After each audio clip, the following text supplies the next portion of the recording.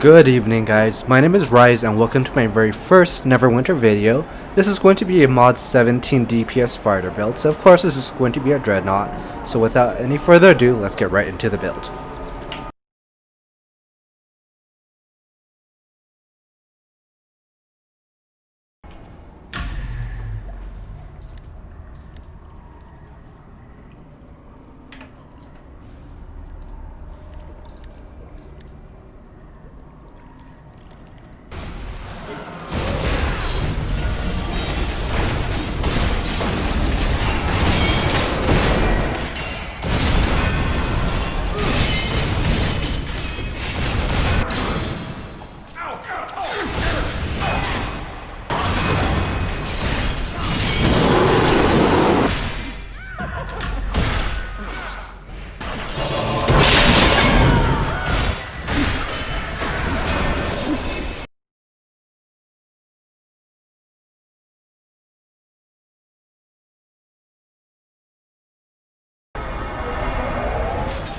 So let's start off by talking about character class and ability scores. So I picked Half Orc because it gives you a 5% increase compared to others.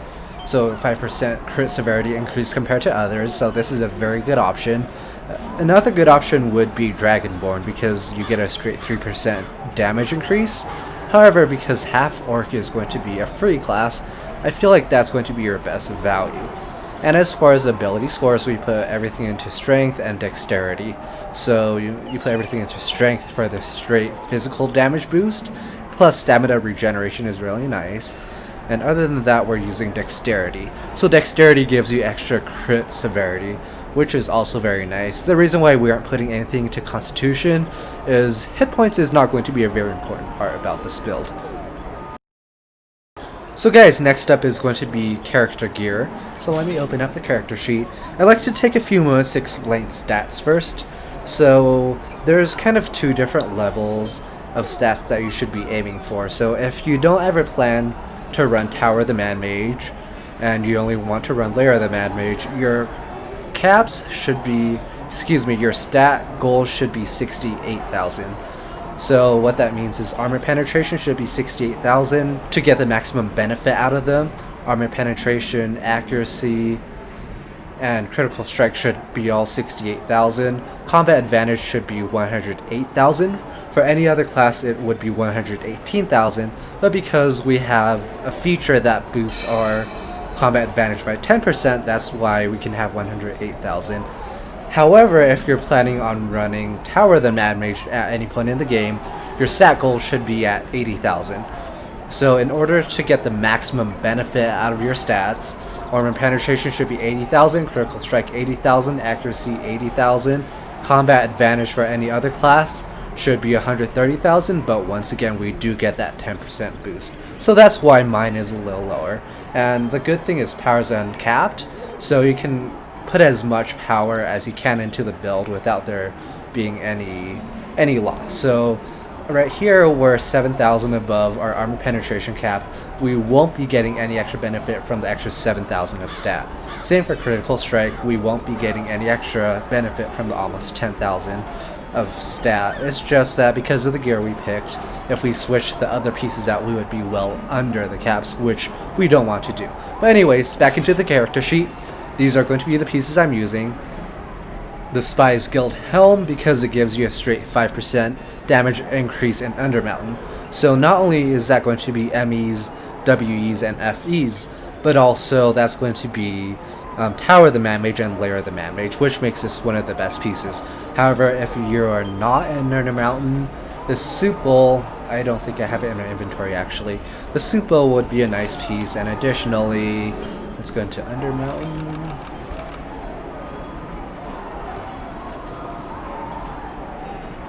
The Soup Bowl would be a nice piece, as well as the cap of the Omnipotent, which gives you 5% more power after you kill something. However, I still haven't gotten this as a route, so what can you do? I am using the bear piece for the chest piece. So another good option would be the Ebonized chainmail. However, the reason why I'm using the furred bear piece instead of the chainmail is because the furred bear piece gives you a constant 3% more damage compared to the chainmail, which you have to hit stuff in order to get the extra power boost. So the only time you will be hitting for about 30,000 or more is, first of all, if you're at will crits, which isn't going to be always, and also, of course, your encounters will definitely be hitting more than 10%. But that being said, it really is hard to build even 5 stacks of the Butcher's Might, so that is why I'm using the Bear piece, because it gives you a constant power increase. The arm piece I'm using is going to be the Tear Grips. It gives you 3% more encounter damage. A really good alternative to this would be this right here, the Twilight Bracers. However, I still haven't gotten the Twilight Bracers, so again, what can you do about that? Heals of Fury is still going to be one of the best pieces because it gives you a straight 3% more damage to your melee powers. There is no 1000 item level piece that will do that. And the best set still is going to be the Baphomet set. So Baphomet gives you up to a 20% damage increase based on hit points. There is no other set bonus that matches even anywhere close. I mean, if you're looking at the newer artifact weapons, you might be getting better stats, but at the end of the day, the most important thing is going to be the set bonus. And for the rings, I think you've noticed a pattern by now, but I'm using 3% more damage rings. So 3% more encounter damage and 3% more melee power damage. For the shirt, I'm using the Ebony Stained shirt. From the FEs, you'll be able to drop a shirt that has higher level stats. However, once again, the bonus from that won't be as good as a bonus that you're getting from the Ebony Stained Raid shirt. And pants I'm using are going to be the pants of the tailor. So the reason why I'm using this is because it offers both defense and deflect. I believe I got this from one of the FEs. But really, any pair of pants will work as long as it matches your stats. As far as artifacts go, I really like the Tales of Old set because of the set bonus. Whenever you crit, you're doing an extra 3,500 to 4,000 damage. So that's a really good option. Otherwise, if you're unable to get this set, you can definitely use a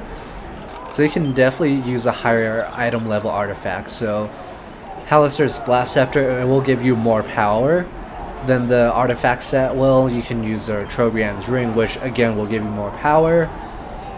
And Staff of Flowers is also going to be a really good option.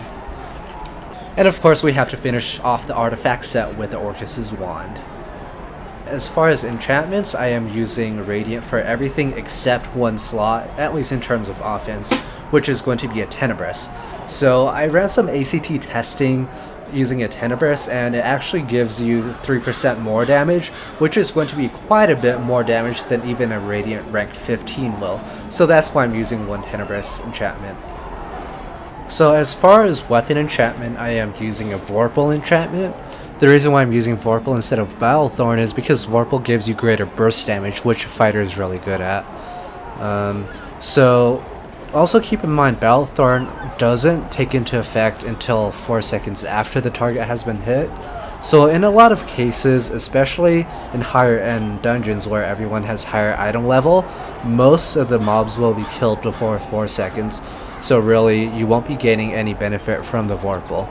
So that's why we're using Vorpal. Another great option if you really like the AoE damage is going to be Lightning. But keep in mind, Lightning won't have any benefit in boss battles where it's going to be single target mostly. So that's why we're using the Vorpal enchantment. And as far as weapon enchantment, I'm actually using a Fire Burst. So Fire Burst actually does 1% of your total damage, which isn't much at all.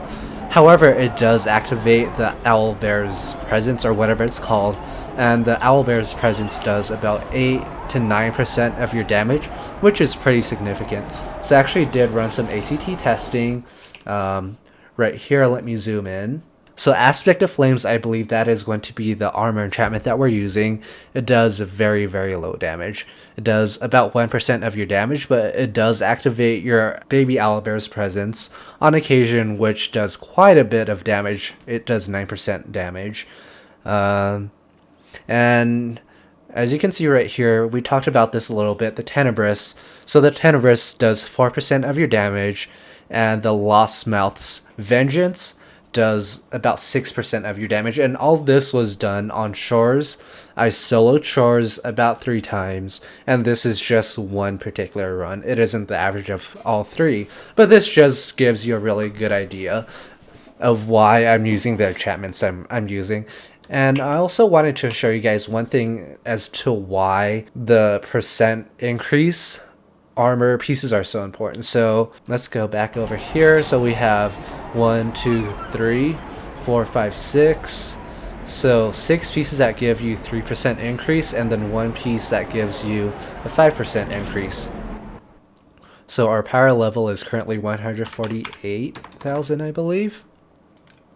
So altogether, that would be a 23% increase. To get your power level to the same DPS increase as your armor does, you would need 57,000 power. So there's no way to get 57,000 power out of this build, even if you're using rank 15s.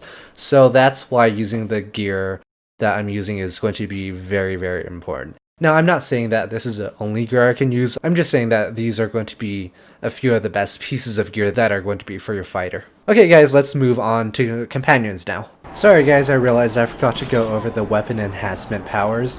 So for our Alabaster Longsword, we are going to be using Enhanced Reeve. So the 2 options that you have are going to be Enhanced Reeve and Heavy Slash.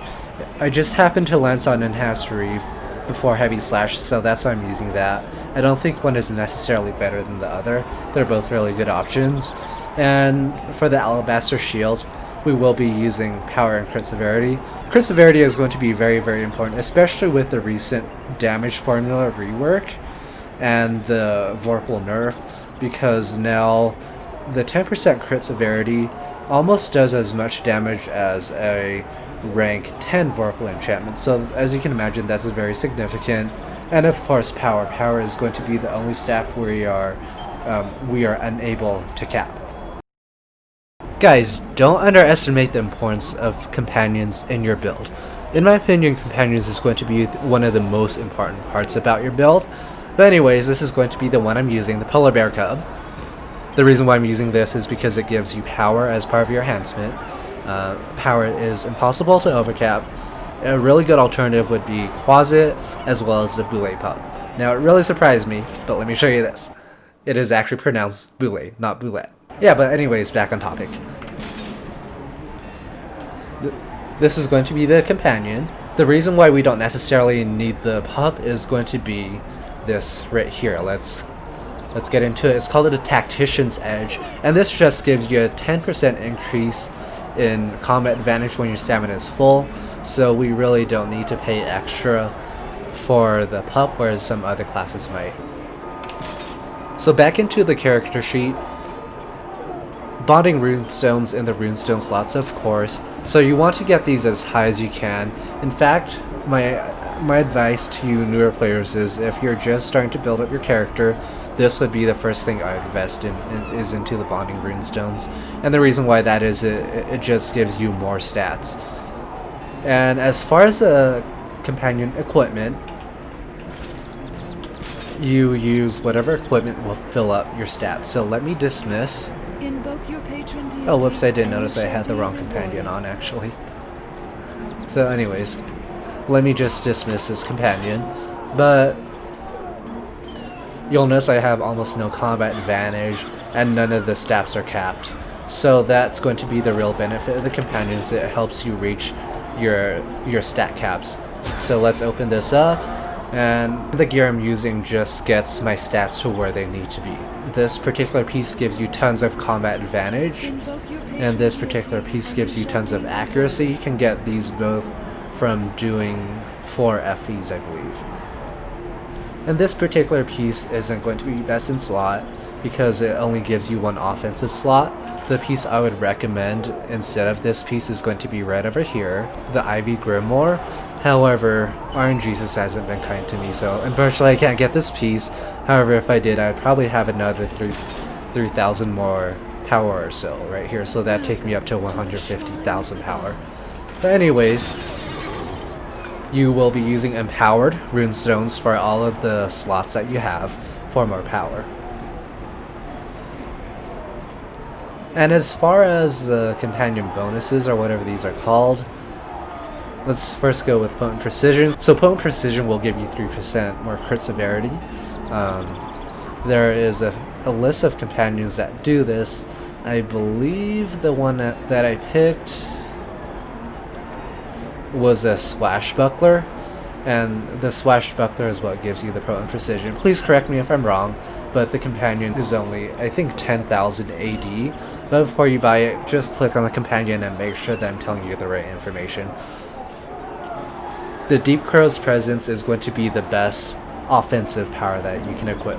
It gives you 8,000 power, which is going to be really, really significant. Unlike other classes, we don't have more offensive slots, we have defensive, so there are two companions that give you power in the defense slots. First is going to be this stone right here, and second is going to be this stone right here.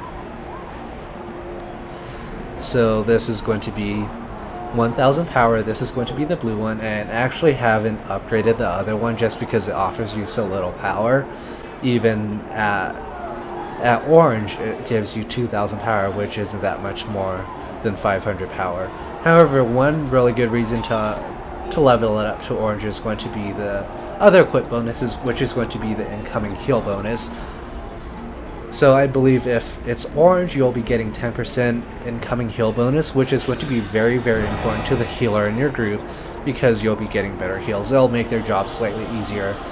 So that's what I would recommend getting to orange next. Once this is orange, all these are orange, and this is orange. That's what I would recommend next, is a little bit of defense, because everything else we respect for is offense. But anyways, back onto topic.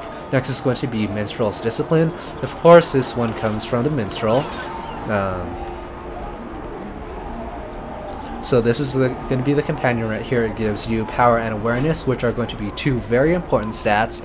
And last is going to be the baby owlbear's presence. So we had already gone over this, but the baby owlbear does about 7 to 9% damage, which is going to be really significant. And another good option would be the alpha compy, but it's just way too overpriced in my opinion for me to consider. So yeah, that's going to do it for the companions, guys. Now let's move on to the boons. As far as the boons, let's start off with the guild, because those are going to be the easiest. So first, power is going to be the obvious choice. We're already overcapped on armor penetration.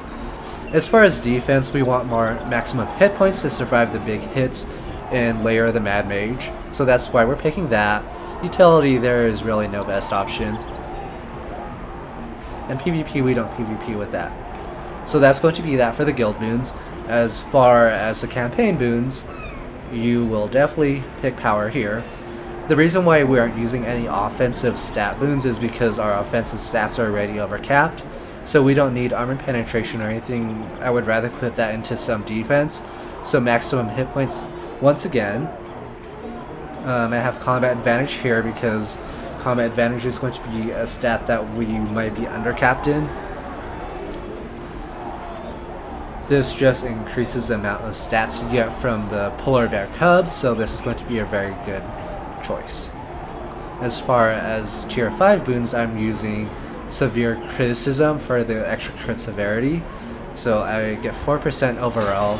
And the second one I'm using is going to be action point gain, which will allow you to put your daily up more often. And as far as the master boons, play around with this a little and see what you like. I am probably at number 1 or 2 for Executioner, which gives you the most kills in a dungeon. So that's why I'm using this. Every time you kill something, you do more damage, you have more combat advantage, and you do 4,000 more damage per rank. So altogether, you'll get an extra 12,000 of damage if this procs. So this is a very good option if you feel that you aren't killing enough stuff. Of course, you could use any of the boons that are reliant on your encounters. So any of these two, play around with the boons and see what you like. The only thing I would definitely recommend to you guys is going to be get your power as high as you can, take the combat advantage boon, and take the companion influence boon. So that does it for our boons. Let's move on, guys. So next up, let's take a moment to go over powers. So first, let's go over the feats. We have Weight of the Vengeance versus Heavier Slash. So Weight of Vengeance will give Anvil of Doom, which is going to be your heaviest hitting encounter, more damage, which I'll definitely take. I just don't think that this will do enough damage, Heavier Slash. Prepared Slam versus Ricochet up next. It just makes Ricochet a AoE encounter. I would rather take this because Shield Slam is going to be one of the encounters we're using. It doubles the magnitude of Shield Slam, and this is going to be the other encounter we're using for AoE. So it almost doubles the damage of Onslaught. So that's why we're using Prepared Slam. Next up is going to be Rolling Hatred or Crushing Blows. Rolling Hatred, this is going to be very, very good for restoring Vengeance. The reason why I don't like Crushing Blows is because your armor penetration and your power has to be really close. So as you can see, our armor penetration and power are going to be very, very far apart. And if we were to get power down to the armor penetration level, we would be losing quite a bit of damage. If we were to get armor penetration up to the power level, we would be losing out on a lot of the other stats that we worked really hard to cap out on. So that is why we aren't using the other boon. Let's see. Tier 4. Land Waster versus Striker's Mark. So Land Waster, even though you do get 2 dailies in a row, it completely depletes your Vengeance gauge. Now, because of this right here, whenever your Vengeance gauge is above 50%, you'll be doing 20% more damage. Because of this right here, we never want our Vengeance gauge dipping below the 50%, and this just completely depletes it, this one right here. So that's why we're using this one instead, because it gives your heaviest hitting daily even more magnitude damage. I'll take it. And last is going to be Bloody Reprise versus Executioner's Cut. Executioner's Cut just gives you more damage whenever the enemy is below 30%, and Bloody Reprise helps you fill your Vengeance gauge. However, we really don't need help filling our Vengeance gauge, especially with this one slotted right here. So that's why this one is going to be the subpar one of the two. So that's going to be the feats that we picked, and as far as the class features right here, I have Momentum here and Enduring Vengeance. So Enduring Vengeance right here gives you a maximum of 5% more damage, which is going to be a really nice feat because it gives you a straight damage increase. And we're using Momentum for 2 reasons. First of all, Bull Charge will hit harder, but second of all, it gives you extra run speed. Now the truth of the matter is, enable to do good damage in the dungeon, you have to be able to keep up with the pack. So that means being able to be the first, second, to be the one to hit the mobs. If you're third, more than likely the mobs are below, 33%, and there isn't that much more damage you can do. Those are the main benefits of Momentum. But anyways, let's get into the encounter rotation that we're using. So always use Heavy Slash because it gives you a 10% damage increase. Next is going to be Commander Strike because that also buffs your damage by 10%. Bull Charge and Anvil. And if the daily is up, we're just finished with that daily. So in boss battles, we will only be using Heavy Slash unless you can hit more than 2 targets, in which case Reva is going to be doing more damage. So again, Commander Strike, Bull Charge, Anvil. So because everything critted, it did quite a bit more damage than the first rotation. And by the way, make sure you guys always find Combat Advantage, because Combat Advantage lets you do twice as much damage. So next, let's switch over to the AoE encounters. So I only switched 2 powers. Anvil is going to stay on there because Anvil does a really good amount of damage, even in AoE situations. It's really nice to be able to one-shot something once in a while. So because of this feat that we picked right here, the Prepared Slam, we always have to make sure that Heavy Slash is up. So you'll be able to tell by this right here in the top left corner. You get the little icon that shows it's up. So Heavy Slash.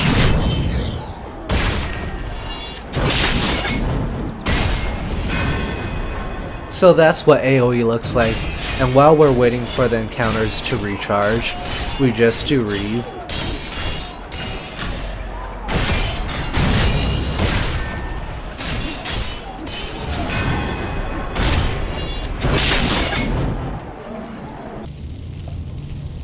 So guys, I did want to take a moment to explain why Tremor is going to be subpar to Shield Slam. So even though Shield Slam has 50 magnitude less damage than Tremor, as you can see right here, Shield Slam does more damage. So let me demonstrate to you guys.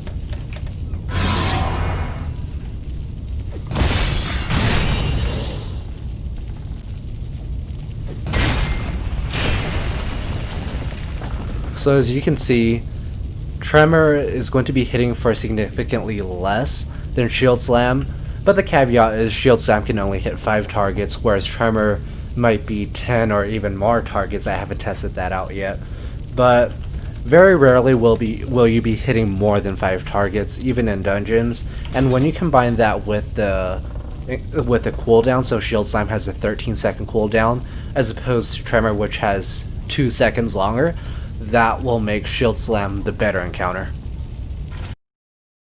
So next up on the list is going to be mounts. So these are the 4 specific mounts that I have. I really don't think the mount bonus is going to make or break your build. I have Assassin's Covenant because you get more offensive stats that way, but we're already overcapped on offensive stats, so I really don't think that's going to really make a difference. And as far as the insignias, I think these are going to be more important than the mount bonuses that you get. I have power for most of the insignias. The only insignias that don't have power are going to be these right here. So the Enlightened Insignia skill, I picked these because to get the Brutality insignias for this type of insignia, they would be a lot more expensive. Plus I needed a little bit of combat advantage anyways, so that's why I have 4 skill insignias here. But other than that, the current mount bonus that we're using is going to be power, of course. Just pick whatever stat you're missing here. So I'm already capped out on all of my stats, so that's why I'm using power. Epic movement, of course, and I actually don't have a legendary mount, but from what I hear, the best legendary option would be the Swarm right here for mount power. Guys, I know you hear this a lot, but it is especially important to someone who's just starting YouTube like me.